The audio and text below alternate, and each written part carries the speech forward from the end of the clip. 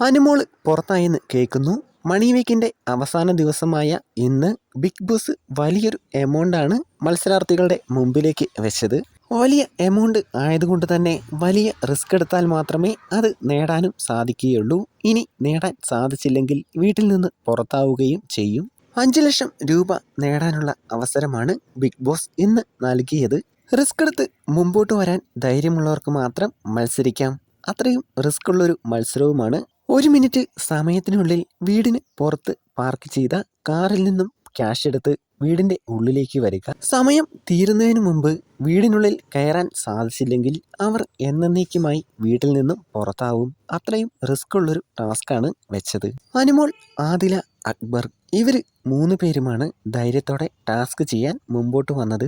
അനുമോള് മാനസികമായി തകർന്ന അവസ്ഥയിലാണ്. ഇത്രയും വലിയൊരു റിസ്ക് എടുക്കേണ്ട ആവശ്യം ഇല്ലായിരുന്നു. 1 മിനിറ്റ് സമയത്തിനുള്ളിൽ ക്യാഷ് എടുത്ത് തിരിച്ച് വീടിനുള്ളിലേക്ക് കയറാൻ അനുമോൾക്ക് സാധിക്കില്ല. അതുകൊണ്ട് തന്നെ ഇന്നത്തെ ദിവസം അനുമോള് വീട്ടിൽ നിന്നും പുറത്താവാനാണ് ചാൻസ് കൂടുതൽ.